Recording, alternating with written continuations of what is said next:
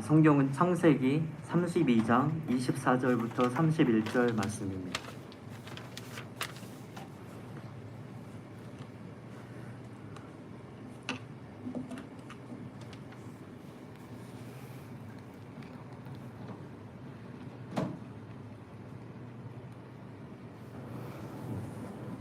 다 같이 읽겠습니다.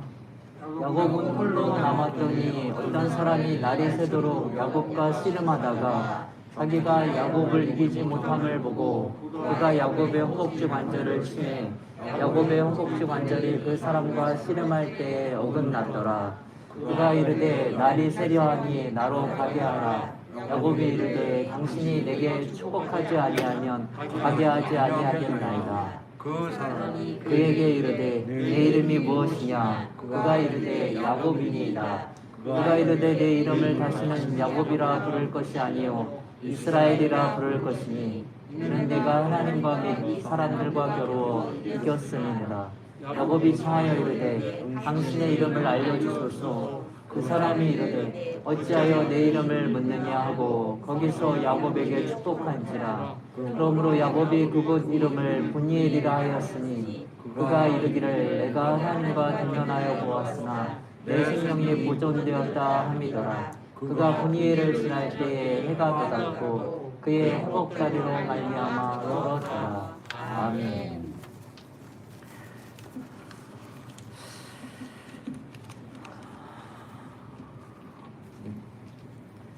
잠깐 기도드리겠습니다.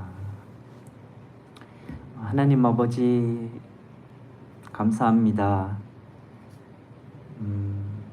사랑하는 성도들을 주님 품 안에 나왔사오니 품어주시고 십자가의 보혈로 깨끗이 씻기시고 성령으로 새롭게 하사 주님을 나의 왕 나의 주로 모시고 주님의 다스리심에 순종하며 감사함과 기쁨으로 행복하게 살 수 있도록 축복하여 주옵소서. 이 어려운 때에 특별히 일터와 가정과 자녀들을 기억하시고 영육간에 강건케 하시고 채워 주옵소서. 감사드리오며 예수님의 이름으로 기도합니다. 아멘. 가을 장마로 날씨가 선선해졌습니다. 그래서 아침 저녁 감기는 조심해야 할 것 같습니다. 그리고 성도님들 땀 흘려 일하는 그 수고에 하나님의 안식과 건강과 축복이 함께 하시기를 기도합니다. 아멘.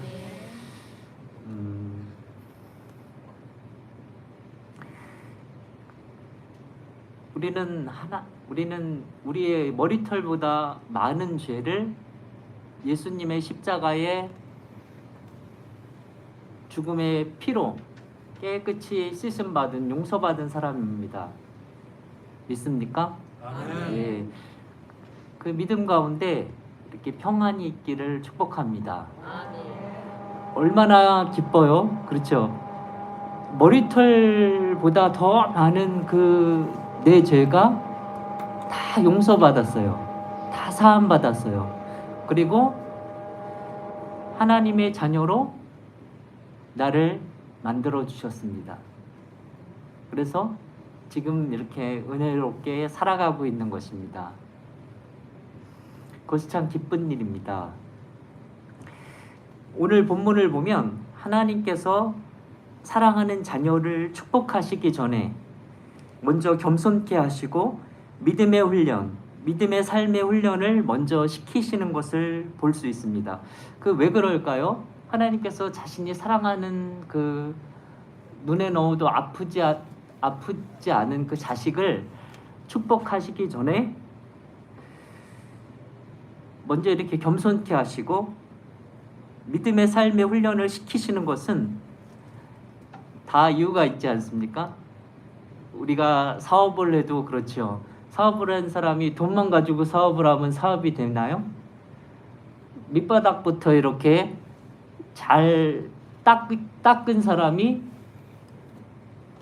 사업에 성공할 수 있는 확률이 훨씬 큽니다.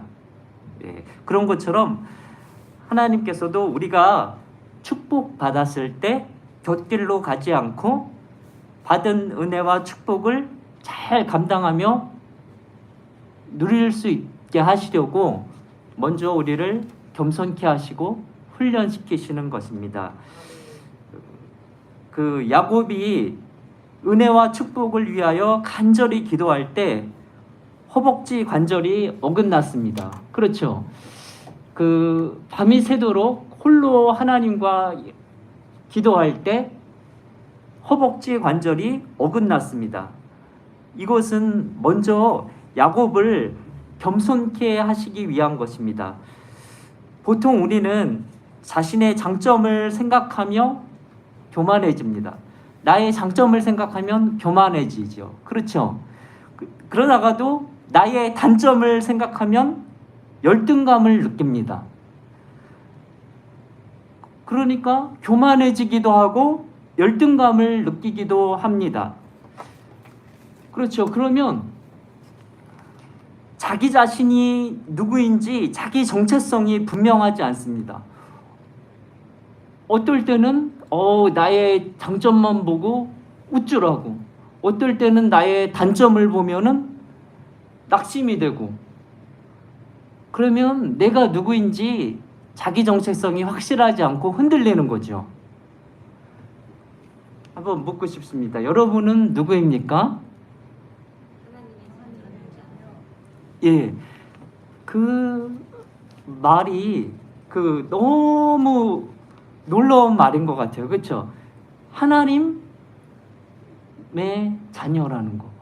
하나님이 계신데 하나님의 아들, 딸이라는 그 말은 너무 놀라운 말입니다. 그리고 그리스도의 신부라는 거. 그리스도는 참 하나님이요 하나님의 아들입니다. 그분이 우리와 같이 되셔서 우리를 위해 십자가에서 죽으시고 다시 부활하셔서 우리를 그리스도께 속한 그리스도의 신부로 삼으셨다는 것, 그것도 놀라운 은혜입니다. 근데 이제 우리는 대개 누구의 남편, 아내, 아버지, 어머니, 아들, 딸 이런 관계로 자신을 생각하곤 합니다. 그렇죠? 그러나 이런 정체성으로는 자신을 바로 세울 수 없습니다. 우리는 제가 설명 안 해도 다 알고 계실 거예요. 왜냐하면 자식도 분가하고 아내, 남편도 언젠간 사별하잖아요. 그런 일이 없어도 가까운 가족 간에 일수록 많은 상처와 아픔을 주고받기 때문에 그 관계 가운데 내 정체성을 확고히 한다는 것은 불가능합니다. 그렇죠? 그렇다면 자기 자신에 근거한 정체성은 어떻습니까? 왜냐하면 내 자신도 아니라는 것을 너무 빠르면 빠를수록 좋죠. 내 자신이 아니라는 것은 무슨 말이죠?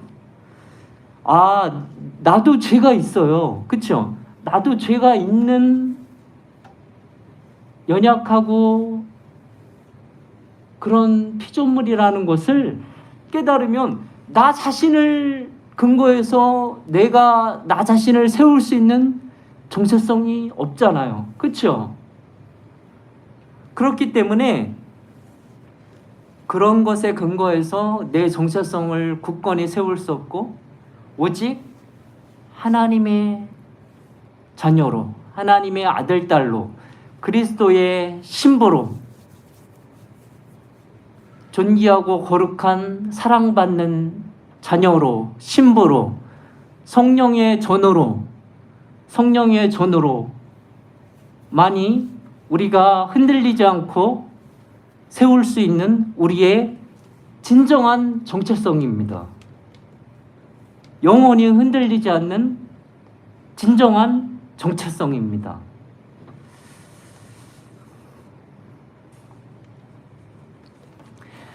그런데 우리는 종종 자녀나 남편, 아내, 돈이나 쾌락 등이 우상이 되곤 합니다.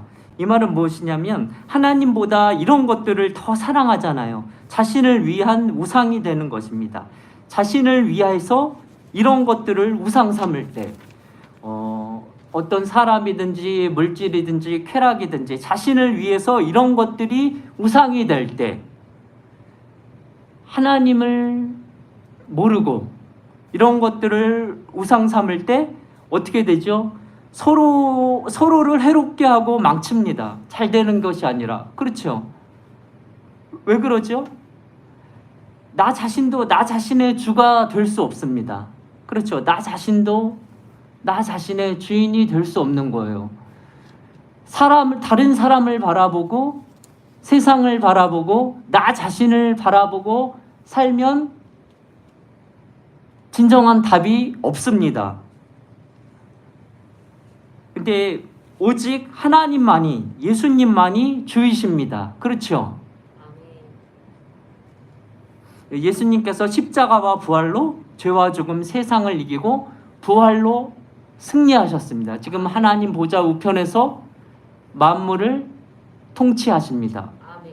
예. 그리고 내 안에 살아계십니다. 내 안에서 나를 사랑하시고 지키시고 보호하십니다.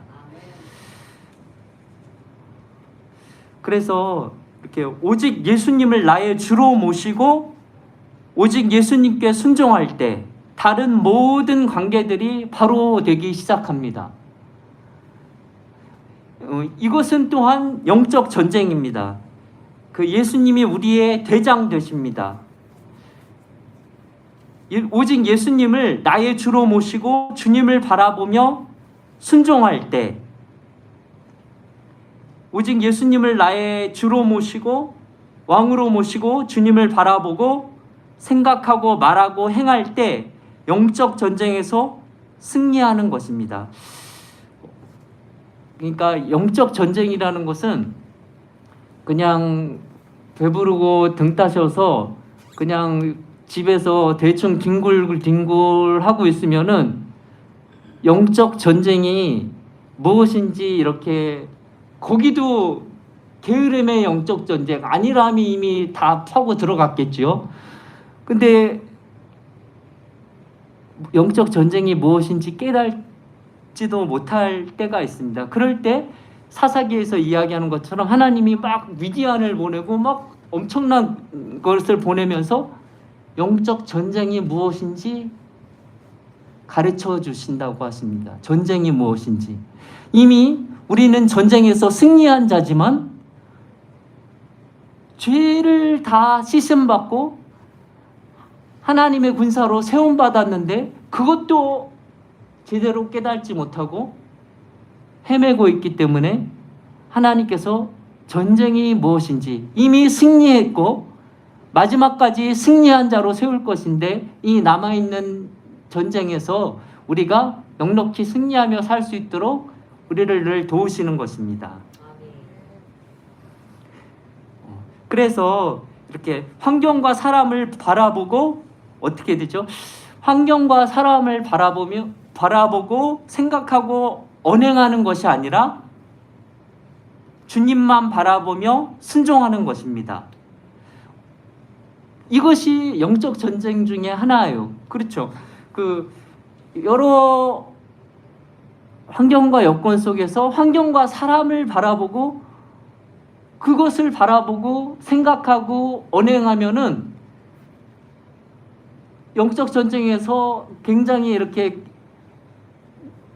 사람과 싸우고 환경과 조건을 막 이렇게 바꾸려고 싸우게 되기가 쉽잖아요. 근데 그것이 아니고 예수님께서 나의 대장이시고 나의 주이시고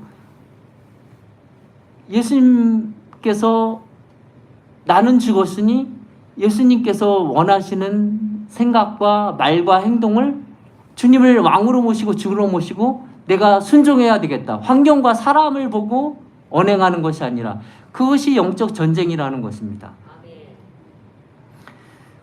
그래서 우리는 하나님의 군사입니다.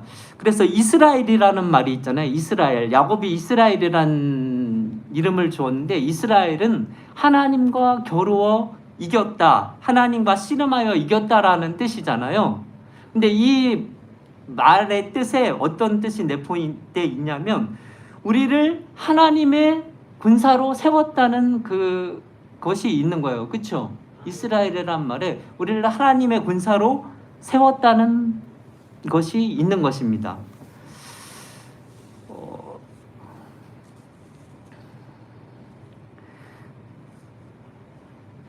그래서 우리는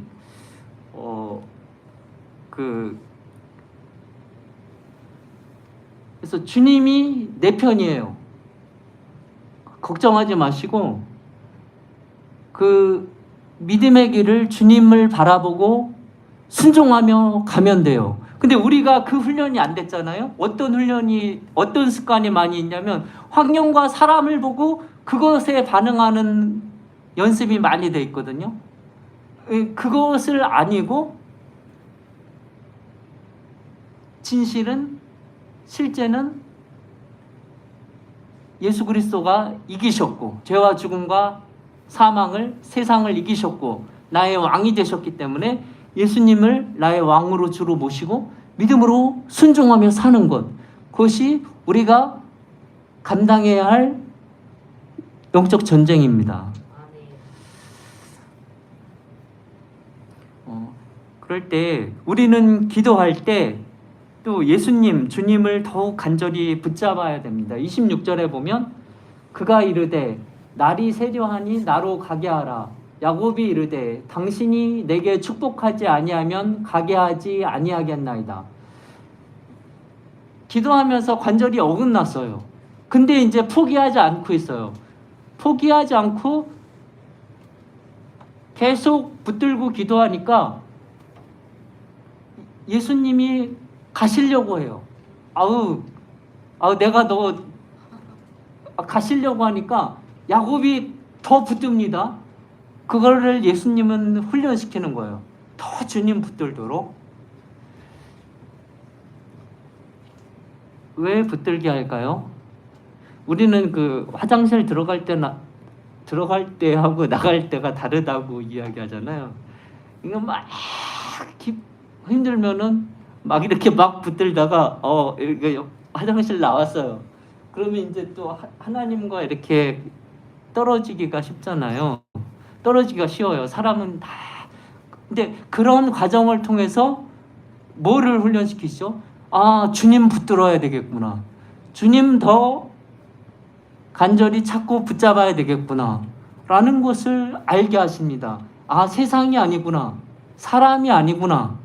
문제는 이게 아니구나. 라는 것을 인생의 어려움들을 통해 깨닫게 하시는 것입니다. 그래서 하나님의 뜻대로 하는 기도를 주님 들으십니다. 하나님의 뜻대로 하는 기도가 무엇이죠? 내 마음의 찌꺼기들과 악하고 더러운 것, 모든 생각과 모든 것들을 주님 앞에 다 내어놓는 거예요. 내어놓고 주님을 부르짖고 주님 어떻게 하면 좋겠습니까? 그러면 주님은 깨닫게 해주세요. 알게 해주세요. 말씀으로건 환상으로건 무엇으로건 하나님이 기뻐하시는 뜻이 아버지가 네가 어떻게 했으면 좋겠냐는 뜻이 알게 해주세요. 알게 해주실 뿐만 아니고 내가 아들이기 때문에 아버지 제 믿음은 이겁니다. 이렇게 해주세요. 그것이 아버지의 뜻이면 들으십니다. 아멘 하는 사람이 한 사람도 없습니다. 아니 아버지한테 아버지 이렇게 해주세요. 근데 아버지의 뜻에 딱 맞아요.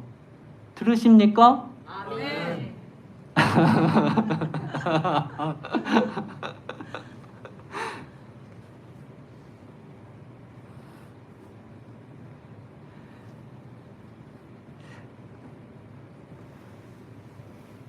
야곱은 자기가 기도하는 사람이 하나님인 것을 알았습니다. 그래서 축복을 간구했고 나중에 내가 하나님과 대면하여 보았다고 고백합니다. 여러분, 하나님, 예수님을 믿으십니까? 하늘이 무너져도 하나님, 예수님을 믿습니까? 하늘이 무너져도 예수님을 붙잡습니까? 하늘이 무너져도 예수님께 기도하십니까? 예수님이 나를 위해서 십자가에서 내 죄를 다 사하시려고 피 흘려 못 박혀 죽으셨어요. 그리고 다시 살아나셔서 승리하셔서 나를 사랑하셔서 내 안에 나와 함께하고 계세요. 그렇기 때문에 하늘이 무너져도 예수님을 믿고 예수님께 나아오십시오. 예수님께 기도하십시오. 그것이 예수님이 우리를 훈련시키시고 인도하시는 길입니다. 어릴 때는 그렇죠. 하늘이 무너졌어요. 하늘이 무너졌어요. 근데 예수님은 나를 믿으라고 하세요. 그러니까 하늘이 무너져도 예수님을 믿는 거예요.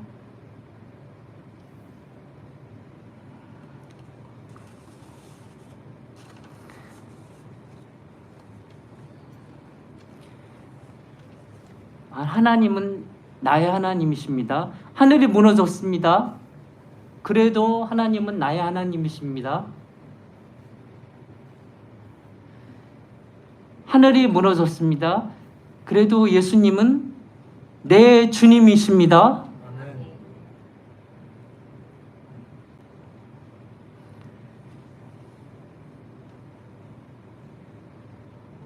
그 믿음으로 사시고 기도하시기 바랍니다.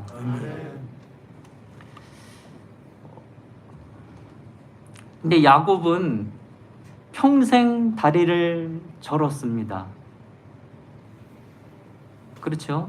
근데 야곱은 하나님을 대면하여 보기까지 했지만 분이엘이라고 해서 하나님의 얼굴을 보았다. 하나님을 대면하여 보기까지 했지만 다리를 절었습니다.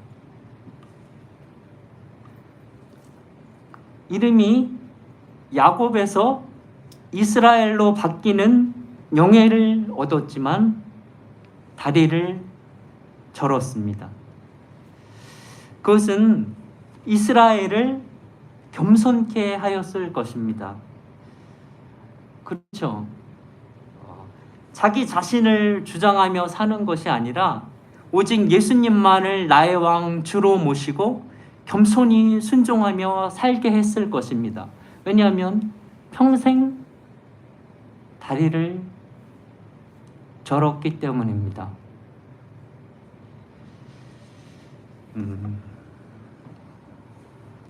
그렇죠. 하나님은 우리를 겸손케 하세요.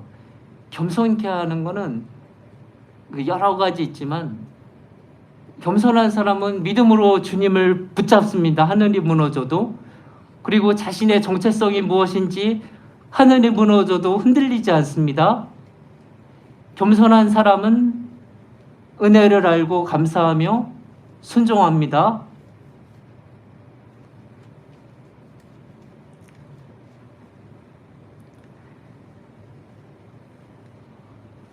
이렇게 넘겨주실래요? 골로새서 3장 한 번 더 넘겨주세요. 12절부터 15절까지 같이 읽겠습니다. 시작.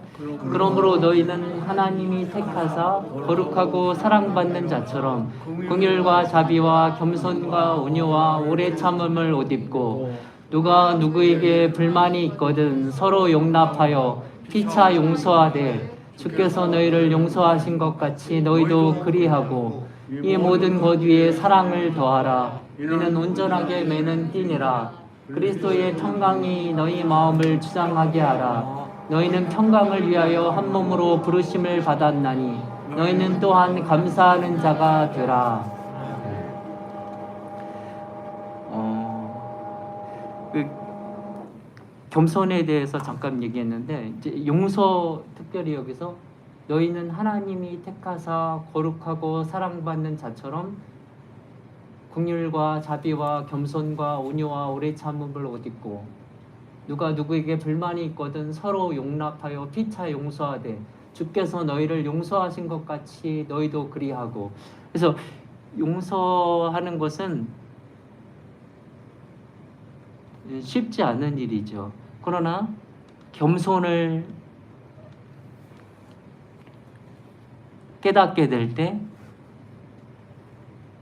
용서할 수 있도록 우리에게 결단을 주시고 은혜를 주십니다. 그렇게 하시는 이유는 무엇이냐면, 그렇게 그 그리스도의 은혜를 받은 자로 용서하는 것을 순종할 때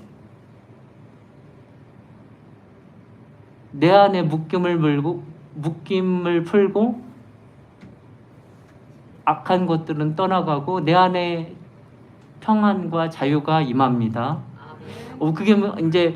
그게 그래서 용서하시기를 바랍니다. 예수님의 이름으로, 예수님의 십자가의 보혈의 능력과 사랑을 의지해서 순종하고 믿음으로 앞으로 나아가는 것입니다. 사랑하는 것입니다. 그러니까 사랑하는 척하는 것이 아니고 사랑하는 것이에요. 사랑하는 것. 왜냐하면 마귀는 척하게 만들기 때문에. 그러나 성령님은 그냥 진실되게 그냥 사랑하라고 하세요. 그리고 중간에 가서 이렇게 하지 말고 끝까지 사랑하라고 하세요.